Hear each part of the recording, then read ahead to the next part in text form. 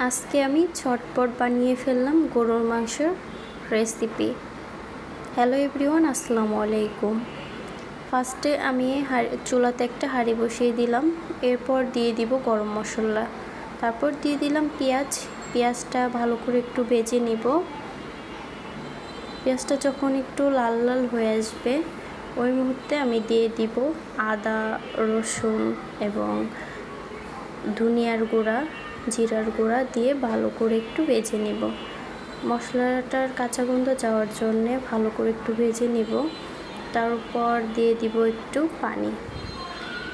পানি দিয়ে হলুদের গুঁড়া, মরিচের গুঁড়া সব মশলাপাতি দিয়ে সুন্দর করে আমি মশলাটা কষিয়ে নিব। মশলাটা যখন ভালো করে কষে আসবে এই পর্যায়ে দিয়ে দিলাম একটু লবণ দিয়ে ভালো করে নেড়ে চেড়ে তারপর দিয়ে দিব গরুর মাংসটা দিয়ে মশলার সাথে সুন্দর করে মাংসটা কষিয়ে নিব। মাংসটা ভালো করে কষে এরপর একটু ঢেকে দিব। তারপর আবারও একটু ঢাকনা খুলে নেড়ে নিব। ভালো করে একটু নেড়ে চেড়ে যখন দেখব মাংসটা ভালো করে কষানো হয়ে গেছে তখন আমি দিয়ে দিব মাংসের ভিতরে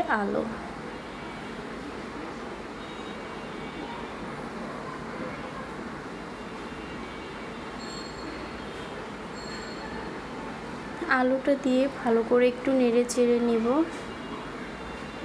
ভালো করে একটু কষিয়ে তারপর দিয়ে দিব ঝোলের পানিটা দিয়ে ঝোলটা শুকানোর পরে হয়ে যাবে আমার মজাদার গরুর মাংসের রেসিপি।